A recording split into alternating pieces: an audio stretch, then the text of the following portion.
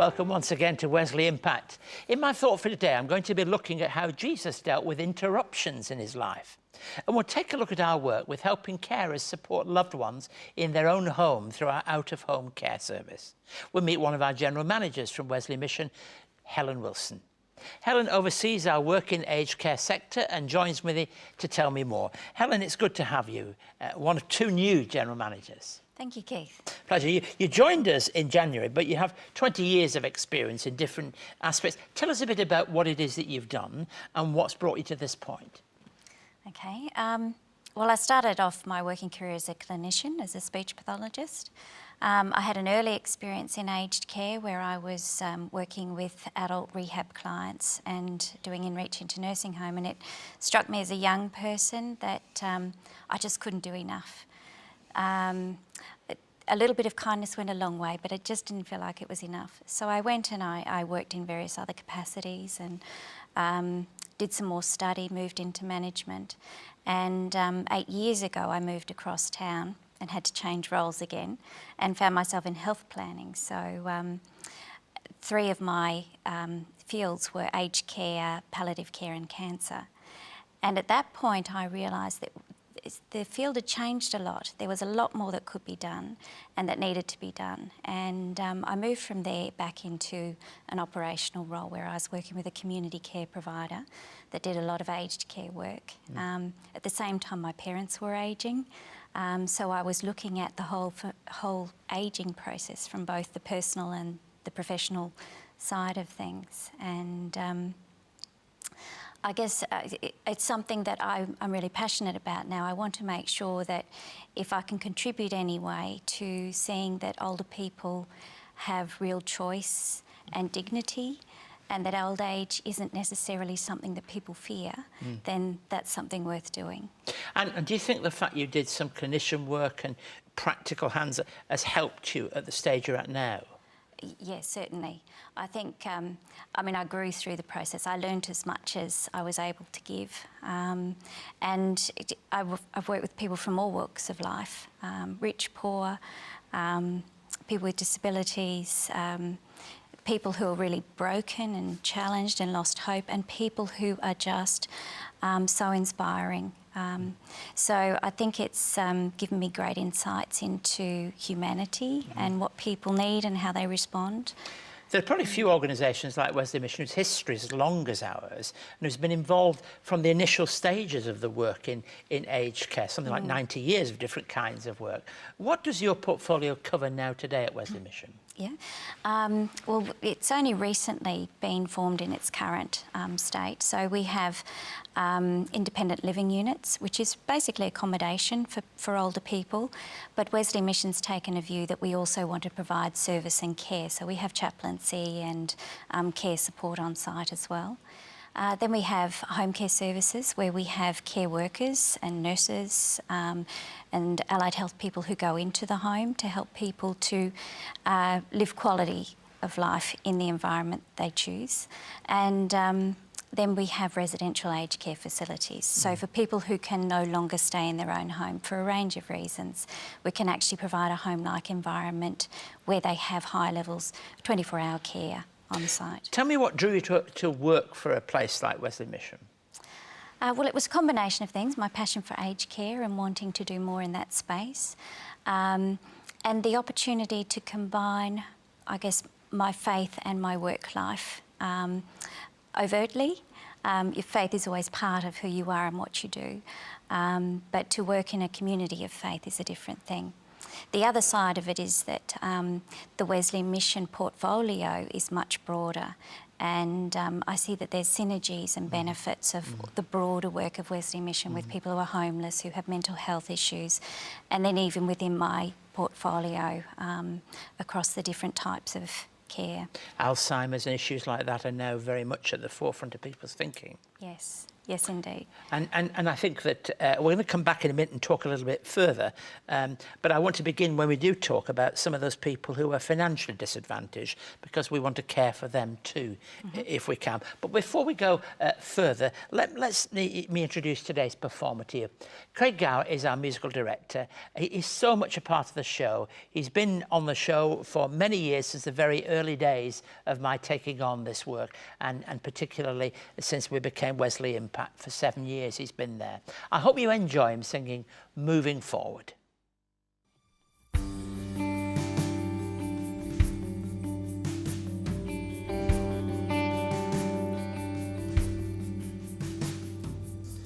What a moment, you have brought me to such freedom. I have found in you, you're the healer who makes all things new. Yeah, yeah, yeah. I'm not going back, I'm moving ahead. I'm here to declare to you that my past is over in you. All things are made new, surrendered my life to Christ. I'm moving forward.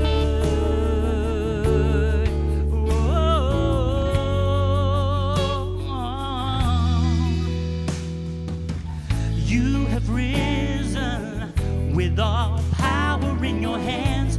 You have given me a second chance. Hallelujah, hallelujah, yeah, yeah, yeah,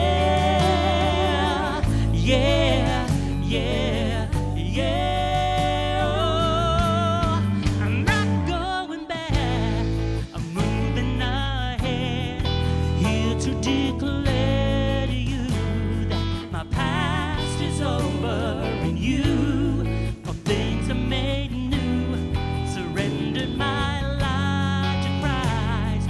I'm moving, I'm not going back, I'm moving ahead, here to declare to you that my past is over in you. All things are made new, surrendered my life to Christ. I'm moving forward.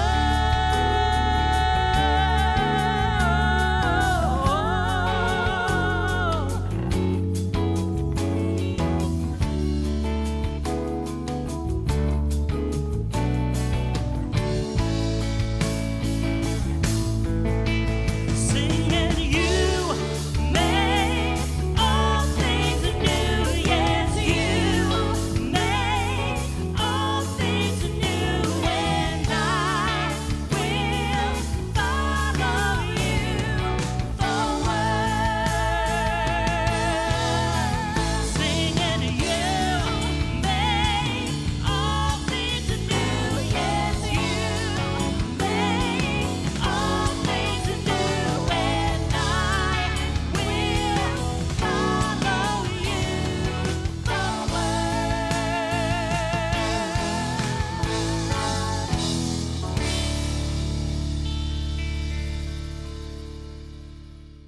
Be inspired by Keith Garner's new book, The Authentic Australian Evangelist, Alan Walker. Former Superintendent Alan Walker was once labelled the conscience of the nation, speaking out for the marginalised and the broken across social, political and international debate. Alan's life and work at Wesley Mission is also featured in an address by Keith Garner on DVD. For more information, call 1800 021 821 or visit our website wesleymission.org.au. You may see Craig regularly on the show, but if you want to know more about him, his music, details are going to be online all this week. We're back with Wesley Mission's General Manager for Aged Care, Helen Wilson. Now, I think at the moment, particularly, people are very concerned about finances. And there are many people who may be aged people who are concerned, what happens to me if something happens and I haven't got any money? We do something, don't we, in that space where financial disadvantage is part of the story. Oh, definitely. At Wesley Mission, we make sure that nobody's denied a service because they can't afford to pay. And the government indeed has provisions for people who can't afford to pay, with certain minimum numbers that people have to take on board. Wesley Mission has a number of facilities, residential care facilities, where we have well above the required numbers of people who can't afford to contribute. And Tebbit Lodge is a special place that we have, isn't it? Indeed, yes, yes. It's a wonderful environment, actually. It's an old home that's been converted and extended over time, and it has a real heart to it. When I've been there, and I've only been in the role a short time, but there's a warmth as you walk in. It's about creating a sense of community and a place to belong, and the staff there go out of their way to make people feel at home. Earlier on when we were talking, you talked about the importance of your faith, perhaps in an overt way, being able to acknowledge it in the workplace. I think that's important. How important then is faith in exercising a management role to you? It is very important. I mean, it's an essential part of who I am and my values. The whole concept of integrity, of Christ-like servanthood, the sorts of values that Wesley Mission stand for, I believe are what makes a manager effective. I'm there not to dictate, but to draw the best out of people, to acknowledge their worth and value, and to create an environment where we all feel like we can contribute according to our gifts and our talents and our passion. Is there an aspect of faith, of scripture, or something that tunes in with it all for you? All my life, the thing that rings out loudest and clearest is do unto others as you would have them do unto you. Both in the clients that we serve, the residents in our homes, and the staff that we meet with, and our partner organisations. What's known as the golden rule put into practice in the context that's there. And I think something that I felt, I don't know how I think older people can teach us a great deal about faith on their journey too. Oh, very much so. If I'm having a bad day, the best thing to do is to walk into one of our facilities and chat with some of our residents there. The faith, the witness, the life experience, the wisdom is palpable. And I think that's why a lot of our staff do what they do. They get so much out of it, as well as being able to give to people. And what do you personally get the most out of the work that you do? What's the thing that gets you up in the morning, the thing that really makes it for you? Well, it's a number of things, really. It is feeling like we're doing something that's very worthwhile. We're part of a team. And we're working to improve the community, I guess, recognising people as whole beings, spiritual, emotional. And this business of working together, that we're joined up, is important, isn't it? I'm sure you've come into that team, and I'm very conscious of it, that we're not just doing one area, but we actually can integrate. Certainly. At a management level, we need to be integrating to get, because we're charged with stewardship of government funds, and we need to be managing wisely to get the best value, and to make sure that we can make the biggest difference overall within Wesley Mission. And even though at the moment a lot of people are anxious about what the future, are you still confident that we can still provide a care that is meaningful into the future? Definitely, definitely. It takes creativity, it takes faith, it takes commitment, but it certainly is possible. Helen, it's lovely to have you as part of the team, and thank you for coming and sharing with us in these early days of your time with us. We'll be back in just a moment. It's been 200 years since the first Methodists met in Australia. To celebrate 2 centuries of faith and pioneering care, CEO and presenter Reverend Dr. Keith Garner takes us back to where it all began. But we don't begin here at the heart of London. We begin in a town in the north of England. In this fascinating narrative, Reverend Garner chronicles the history of the life and times of the founder of Methodism, John Wesley. This fresh and thought-provoking documentary takes us on a journey throughout the United Kingdom, beginning in John Wesley's hometown of Epworth. John Wesley was born here on the 17th of June, 1703.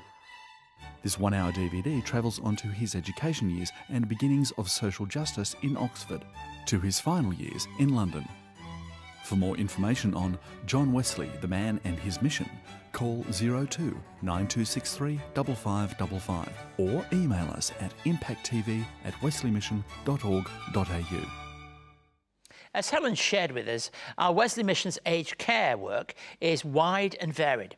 This next story highlights the work that's involved in caring and providing caring for loved ones in their own home. This is part one of Peter and Vicky's story.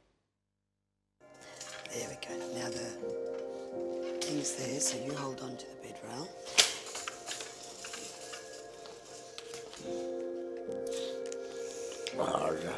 Okay. We're gonna go to the toilet? No, you don't want to go. It's been now 6.5 years since this all started. It was January 2003, and it was a Saturday night, and Peter said to me, I'm not feeling 100%. We're actually getting ready to go out. And instead of saying, Vicky, let's, go to the doctor, he went to the garage and had the exercise equipment and did 100 kilos he lifted. And obviously that sent the blood pressure sky high, and he burst an aneurysm in his head. You want to adjust your chair? That's the way.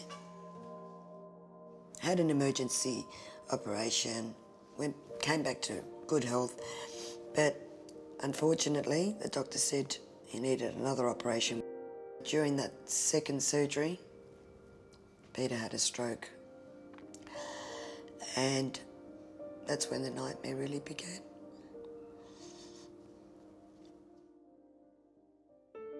Peter and I have been married for 30 years. We have 2 daughters, Cassandra and Eleanor. We are a very strong and supportive family.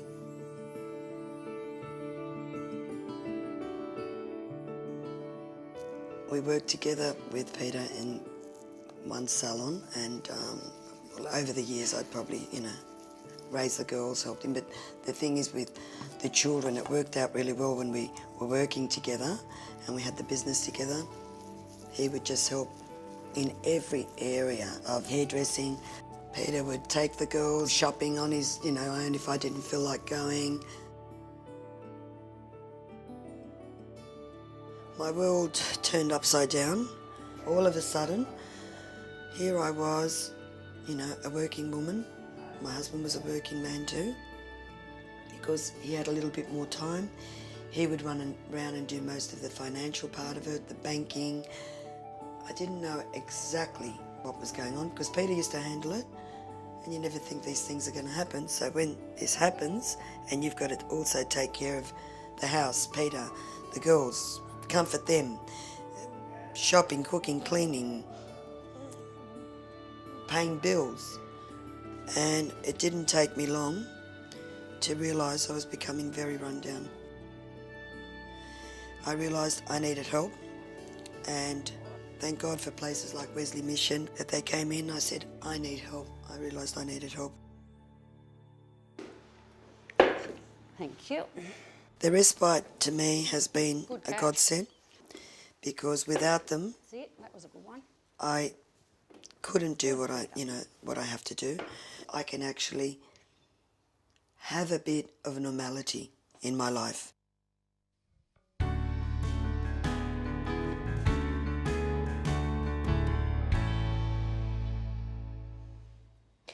Have you noticed in life how annoying or disturbing interruptions can be? However, I want to suggest to you today that interruptions can be some of the most creative moments of our lives. I'd even suggest that what happens in the interruptions can be the most decisive moments.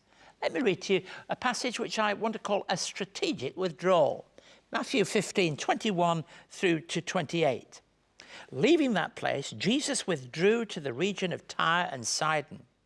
A Canaanite woman from that vicinity came to him, crying out, Lord, Son of David, have mercy on me. My daughter is demon-possessed and suffering terribly. Jesus did not answer a word. So his disciples came to him and urged him, send her away, for she keeps crying out after us.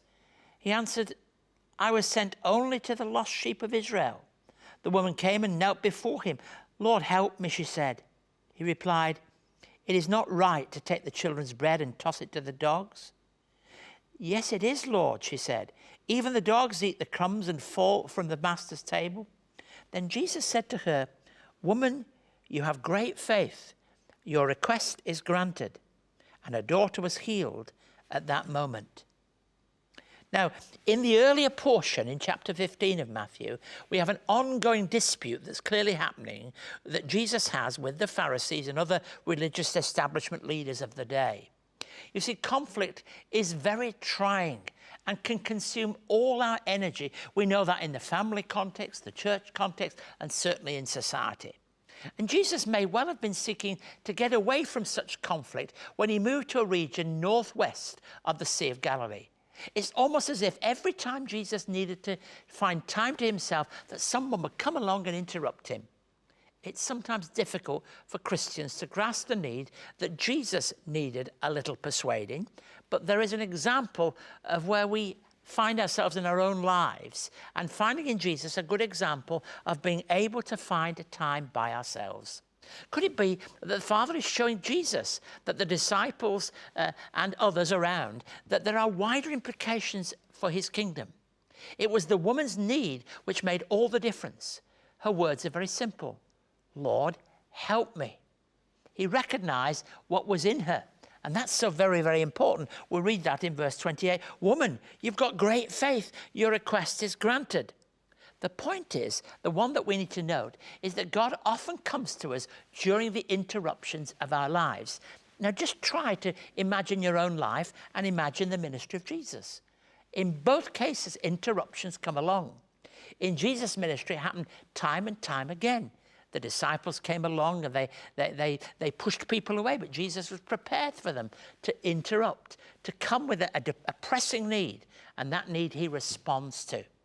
And out of the interruption comes a great insight to a woman here who displays faith and confidence and hope in Jesus, and Jesus recognizes it in her. All throughout his ministry, from the very beginning to the very end of the cross, we find in that public ministry that Jesus, even though he found time to be by himself, to be alone, that interruptions came along and gave a great insight. You remember the occasion where he's dealing with one issue and then along comes a woman from behind him and touches him, and suddenly he gets caught up in another instance. Time and time again, the interruptions come along, but they reveal a great, great deal. Now, if that's true in the ministry of Jesus, how much so in our lives? The things you didn't plan for, the people you never expected to make that telephone call or to call round. In the interruptions, we may find the greatest of all opportunities rather than in the plans themselves. May God bless you in your interruptions today. If you would like to know more about today's topic or for more on Keith's message, contact Keith by writing to Wesley Mission, Post Office Box A5555, Sydney South 1235, or email impacttv@wesleymission.org.au. I'm always pleased that you're able to join us. We leave you with Liz Cole singing Seasons. Until next week, goodbye and God bless you.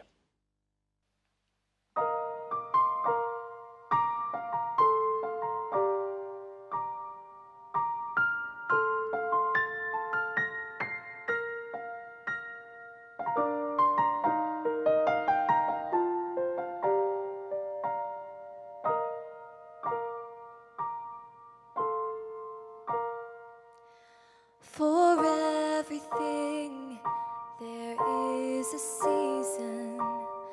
For all moments there's a time to be born and to die.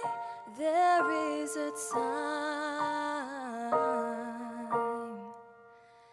time to plant and a time to harvest.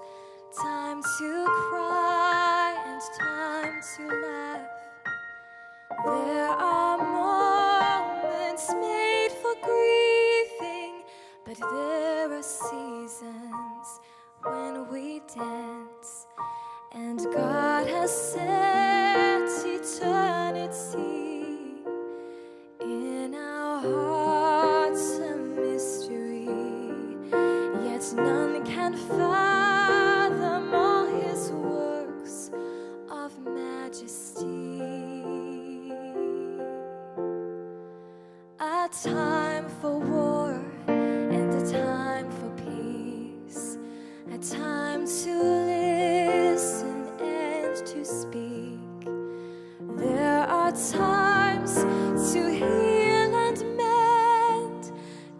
to tear down and start again.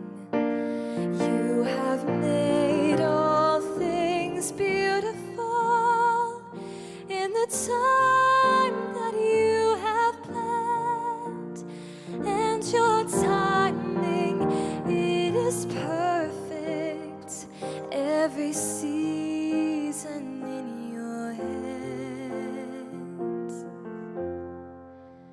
Now is the time to make the choice, to listen to the still small voice. Know the peace